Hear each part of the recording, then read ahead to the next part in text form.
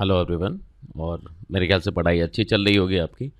तो इलेक्ट्रोस्टैटिक्स में हमने अभी इंड्यूस्ड चार्जेस कैसे लिखते हैं और फील्ड कैसे लिखते हैं, या electric field net field zero क्यों हो जाता है, ये सब कुछ समझ लिया हमने।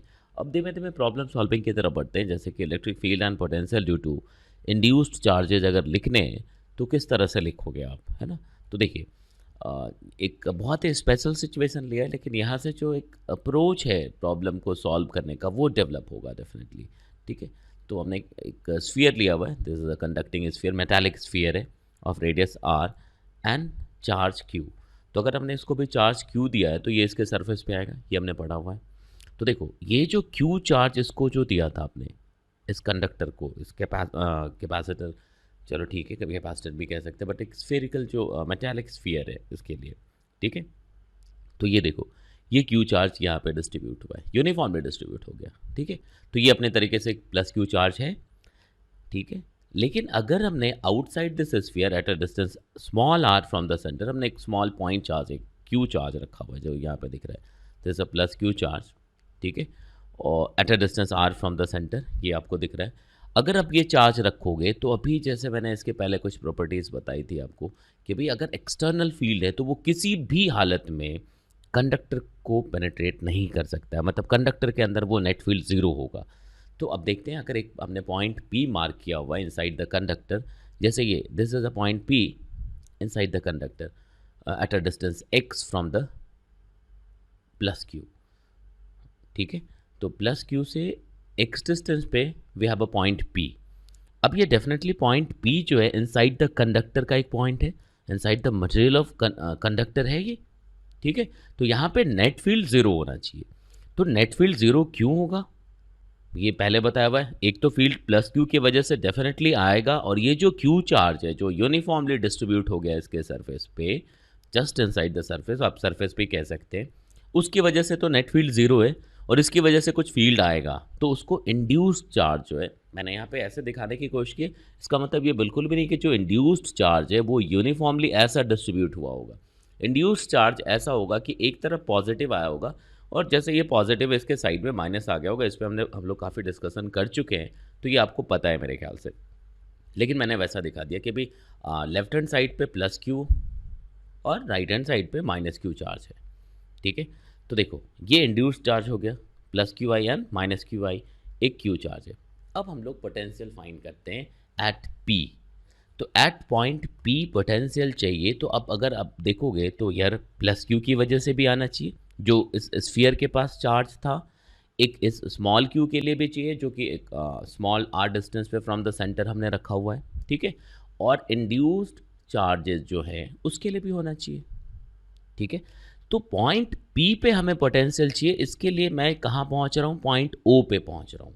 पॉइंट ओ पे क्यों पहुँच गए, क्योंकि पॉइंट ओ पे देखना जो पोटेंशियल होगा, देखना पोटेंशियल एट द सेंटर, यहाँ पे मैंने लिखा हुआ है potential at the centre of the sphere is due to the charge q plus q and induced charges, ये लिखा हुआ है। लेकिन यहाँ से आप देखोगे प्लस क्यू के लिए ठीक है, पॉजिटिव आएगा, स्मॉल क्यू के लिए ठीक है, ये भी पॉजिटिव आ जाएगा, at a distance of r from the centre ये चार्ज है।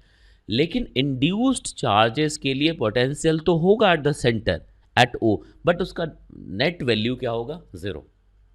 क्यों ऐसा, बिकॉज नेट जो चार्ज है, नेट इंड्यूस्ड चार्ज जो है वो ज़ीरो है। ऐसा क्यों लिख रहे हैं, समझ आ रहा है कि भाई एट सेंटर, इन तीनों की वजह से अगर ऑब्जेक्टिव क्वेश्चन पूछा जाता है कि भाई सेंटर पे चार्जेस कौन कौन से चार्जेस के लिए पोटेंशियल होगा, तो डेफिनेटली तीनों के लिए होगा, बट इंड्यूस्ड के लिए नेट पोटेंशियल जीरो हो जाएगा। ठीक है। क्योंकि जितना प्लस के लिए होगा एग्जैक्टली उतना ही माइनस के लिए होगा। तो अगर आपसे क्वेश्चन ये पूछा जाता है कि भाई net potential at the centre due to induced charges, then zero. लेकिन क्या पूछेंगे यार, इंड्यूस्ड के लिए सेंटर पे पोटेंशियल होगा, यस होगा, जितना प्लस के लिए होगा एग्जैक्टली उतना ही माइनस के लिए होगा, तो नेट ज़ीरो हो गया। ठीक है। तो देखो, पॉइंट ओ पे हमने कैलकुलेट कर लिया, मतलब एट द सेंटर हमने पोटेंशियल फाइंड कर लिया। एक प्लस क्यू की वजह से आया जो यूनिफॉर्मली डिस्ट्रीब्यूटेड था over the surface of the sphere. अब अगर सरफेस पे यूनिफॉर्मली डिस्ट्रीब्यूट हुआ है चार्ज, तो उसके लिए सेंटर पे पोटेंशियल कितना लिखते हैं आप, के क्यू बाय आर। ठीक है। तो वो देखो के क्यू बाय आर लिख दिया हमने। दूसरा, एक पार्टिकल जो है, जो पॉइंट चार्ज है, वो सेंटर से आर डिस्टेंस पे, ये दिख रहा है आपको, तो अगर सेंटर से r डिस्टेंस पे तो इसकी वजह से पोटेंशियल कितना हो जाएगा eight the centre, it would be k q by small are, वो भी लिख दिया।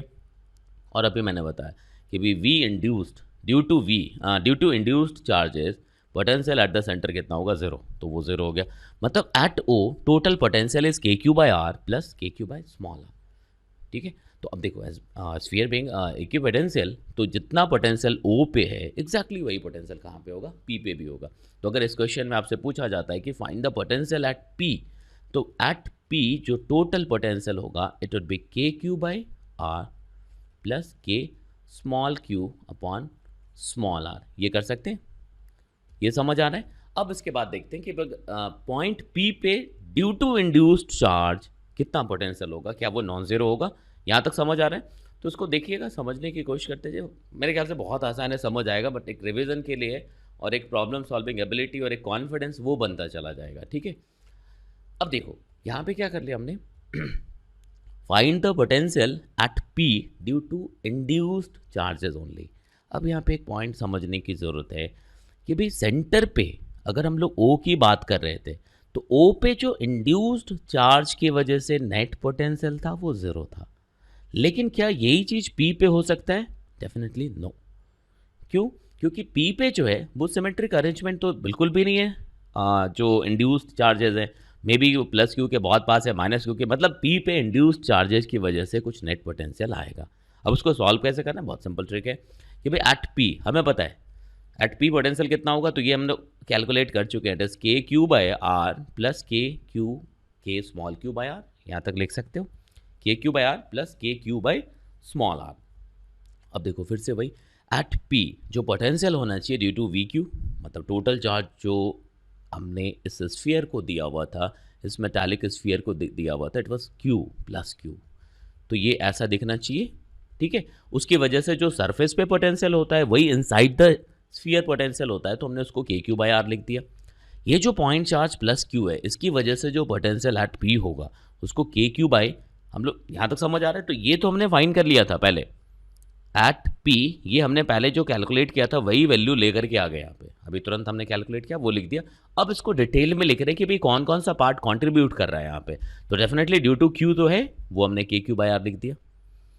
ड्यू टू स्मॉल क्यू ये भी है, और ये कितने डिस्टेंस पे है, तो एक्स डिस्टेंस पे, तो हमने क्या लिख दिया के क्यू बाय स्मॉल एक्स, के क्यू बाय स्मॉल एक्स। यहाँ तक समझ आ रहा है।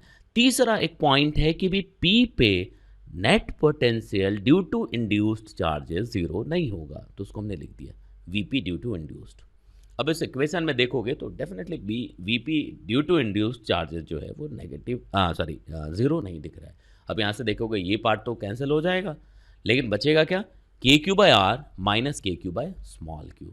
तो ये एक तरीका है पोटेंशियल फाइंड करने का, कि अगर आपको पोटेंशियल फाइंड करना है inside the conductor due to induced charges तो आप इस तरह से कर सकते हो।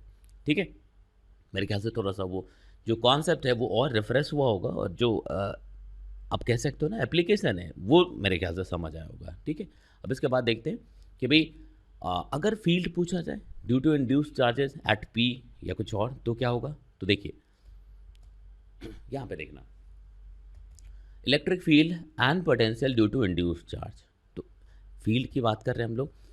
एट पी अगर फील्ड चाहिए तो नेट फील्ड 0 होगा, ये हम लोग पढ़ चुके हैं कि भाई inside the conductor net field 0 होगा अगर वो आइसोलेटेड कंडक्टर है, उसको किसी कांस्टेंट पोटेंशियल डिफरेंस या किसी सोर्स से हमने कनेक्ट नहीं किया है तो। ठीक है तो देखो net electric field inside the conductor वो 0 होता है, इस पर बहुत ज़्यादा डिस्कशन की ज़रूरत है नहीं, पहले वाले लेक्चर्स में हो चुका है ये, तो हमने लिख दिया ई पी 0। अब वैसे देखें तो पी पे अगर इलेक्ट्रिक फील्ड होता तो क्या क्या हो सकता था, तो एक ड्यू टू क्यू ये जो स्मॉल चार्ज है, एक ड्यू टू क्यू जो इसके सरफेस पे यूनिफॉर्मली डिस्ट्रीब्यूटेड है, और एक जो इंड्यूस्ड चार्ज की वजह से है, एक उसके लिए जो इंड्यूस्ड चार्ज की वजह से। तो अब अगर आप देखोगे तो due to q uniformly distribute हो गया इसके सरफेस पे, देखो जो हमने उस स्फीयर को चार्ज दिया था वो यूनिफॉर्मली डिस्ट्रीब्यूट हो गया ओवर द सरफेस, तो इसकी वजह से तो 0 आएगा जो हमने क्लियरली दिखाया हुआ है यहाँ पे, है ना। स्मॉल क्यू की वजह से कुलम्स लॉ, तो अगर इस पॉइंट पे पी की बात करते हैं तो चार्ज इस तरफ है क्यू, तो डेफिनेटली इसकी वजह से जो फील्ड होगा वो इधर हो जाएगा, एंड इट इज़ के क्यू बाय एक्स स्क्वेयर। तो ये एक्स के डायरेक्शन में, इसलिए हमने डायरेक्शन के लिए के एक्स कैप लिखा हुआ है। यहाँ तक समझ आ रहा है? तो ये एक फील्ड तो है, तो इसको कौन बैलेंस कर रहा होगा? डेफिनेटली इंड्यूस्ड चार्ज की वजह से जो फील्ड आ रहा होगा, मतलब इंड्यूस्ड चार्ज की वजह से जो फील्ड होगा, इस एग्जिस्टिंग फील्ड मतलब जो प्लस क्यू की वजह से फील्ड आ रहा है, उसके जस्ट ऑपोजिट डायरेक्शन में होगा और इक्वल मैग्नीट्यूड का होगा। तो वो हमने लिख दिया, ई इंड्यूस्ड एट पी, तो इतना आ जाएगा माइनस के q by x square. X cap लिख दिया, मतलब ये जो डायरेक्शन है इसके जस्ट ऑपोजिट डायरेक्शन में आ रहा है। ठीक है, तो यहाँ तक समझ आ रहा है। अभी एक डाउट भी आया था आप लोगों का, मेरे ख्याल से आदित्य का था या आदर्श का। ठीक है, तो उस डाउट उसका ये डाउट था कि भी कंडक्टर के अंदर पोटेंशियल डिफरेंस कहाँ से आता है। तो देखो, इक्विवेलेंशियल सरफेस होता है और उसके बीच में पोटेंशियल डिफरेंस बिल्कुल भी नहीं हो सकता अनटिल अनलेस कि उसको मैं किसी एक बैटरी या किसी एक सोर्स से कनेक्ट ना कर दूं जो कि कॉन्टीन्यूसली पोटेंशियल डिफरेंस जनरेट कर रहा है। अगर एक कंडक्टर है उसको हमने यहाँ पे बैटरी से कनेक्ट कर दिया, तो क्या होगा, इस कंडक्टर के अंदर अब इलेक्ट्रिक फील्ड है, कॉन्टीन्यूसली ये है, और इस इलेक्ट्रिक फील्ड के डायरेक्शन में पॉजिटिव चार्ज, मतलब इसके ऑपोजिट डायरेक्शन में नेगेटिव चार्ज फ्लो करता रहेगा लगातार जब तक ये बाहर से हमने पोटेंशियल डिफरेंस लगाया हुआ है। तो फिर से वही बात कि अगर हमारे पास एक कंडक्टर हो और वो आइसोलेटेड कंडक्टर हो तो वो डेफिनेटली इक्विपोटेंशियल होगा। हम लोग कई बार बात कर चुके हैं किसी भी पॉइंट पे। ठीक है, और रह गई बात पोटेंशियल क्यों होगा, तो सरफेस पे चार्ज है या बाहर चार्ज है, अभी आपने देख लिया, उसकी वजह से पोटेंशियल हो सकता है, बट पोटेंशियल डिफरेंस नहीं हो सकता क्योंकि इसके अंदर फील्ड जीरो है। लेकिन कंडक्टर के अंदर कब फील्ड हो सकता है, जब किसी कंडक्टर को आप ऐसा, जैसा अभी करंट इलेक्ट्रिसिटी में आपने ड्रिफ्ट वेलोसिटी डिराइव किया होगा, तो वो कहाँ से, तब हमने फील्ड एज्यूम किया कि भाई एक फील्ड होगा और definitely higher potential to lower potential, मतलब फील्ड के डायरेक्शन में पोटेंशियल डिक्रीज होता है। तो यहाँ पे क्या है, ऐसा बिल्कुल भी है, इसको हम ये कनेक्ट किया हुआ है हमने, और इस due to this potential difference लगातार यहाँ से चार्जेस फ्लो कर रहे हैं। ठीक है, तो ये जो पार्ट है जो हम लोग net field inside the conductor zero लिखते हैं, वहाँ पे क्लियरली लिखते हैं कि इनसाइड एन आइसोलेटेड कंडक्टर, अगर आपने उसको बैटरी से कनेक्ट कर दिया हुआ है देन वहाँ पे फील्ड होगा, बिल्कुल होगा, और उस फील्ड की वजह से ड्रिफ्ट वेलोसिटी मिलता है। इनफैक्ट करंट के लिए जो ड्राइविंग फोर्स है वो वही फील्ड होता है। तो मेरे ख्याल से यहाँ तक आपके समझ आया है, तो आप इसको देखते जाइए और कोशिश करिए। मैंने कुछ क्वेश्चंस डाले हुए और वो सब्जेक्टिव के क्वेश्चन है, मतलब उसमें टाइम लग सकता है। ठीक है, टाइम लग सकता है, मतलब थोड़ा टाइम लगाइए आप, और उसके सॉल्यूशन मैं आज या कल तक डालूंगा। तो वहाँ से क्या है, प्रॉब्लम सॉल्विंग एबिलिटी थोड़ी सी और बढ़ती चली जाएगी। ठीक है, तो मैं वही रिक्वेस्ट करूँगा कि छुट्टियों को ढंग से अगर यूटिलाइज़ करें तो बेहतर ही है। मैं ऐसा बिल्कुल भी नहीं कर रहा हूँ कि आप फुल टाइम पढ़ाई करो, वैसे आपने डिसाइड किया हुआ होगा कि करना क्या है। ठीक है, चलिए फिर नेक्स्ट वीडियो में मिलते हैं, है ना। मुझे पूरी उम्मीद है कि आपने ये वीडियो एंजॉय किया होगा, और एक बहुत इंपॉर्टेंट इन्फॉर्मेशन है आपके लिए, एक अपॉर्चुनिटी है कि आप अनअकैडमी पे मुझसे लाइव पढ़ सकते हैं। ठीक है, तो पंकज सिंह के नाम से हमारा प्रोफाइल होगा जैसा आपको दिख रहा है, तो आप ऐप जरूर डाउनलोड कर लीजिए। ऐप का लिंक हमने डिस्क्रिप्शन बॉक्स में दिया हुआ है, ऐप डाउनलोड करेंगे। ठीक है, और आप अपने अपने गोल के हिसाब से, आपका नीट है या जेई है, वहाँ पे जा करके क्लिक करिएगा। ठीक है, तो वहाँ पे आप स्पेशल क्लासेस को फ्री में एक्सेस कर सकते हैं, मतलब फ्री में आप पढ़ सकते हैं स्पेशल क्लासेस के थ्रू। फिर उसके बाद आपको सही है लगता है, आपको डेफिनेटली बहुत अच्छा लगेगा आपको, है ना, तो आप जो है वहाँ से फिर प्लस पे सब्सक्रिप्शन ले सकते हो। ठीक है, तो मेरे प्रोफाइल का लिंक इस वीडियो के साथ दिया हुआ है, और जो कोड यूज़ करेंगे आप, एक कोड पूछा जाएगा फ्री एक्सेस के लिए भी, तो कोड में आप Pankaj live PANKAJLIVE Pankaj live डालोगे। ठीक है, तो स्पेशल क्लासेस जो भी फ्री क्लासेस है वहाँ पे वो एक्सेस मिल जाता है आपको। ठीक है, फिर और टाइम के साथ मैं आपको डिफरेंट जानकारियाँ देता रहूँगा। ठीक है, तो पहले ऐप का लिंक और मेरे प्रोफाइल का लिंक दिया हुआ है, ये डिफरेंट फीचर्स है, मैं आगे बताऊँगा आपको। ठीक है, तो थैंक यू वेरी मच, आपने वीडियो एंजॉय किया, एंड शेयर लाइक जरूर करिएगा बॉस। ठीक है, फिर मिलते हैं आपसे। ओके।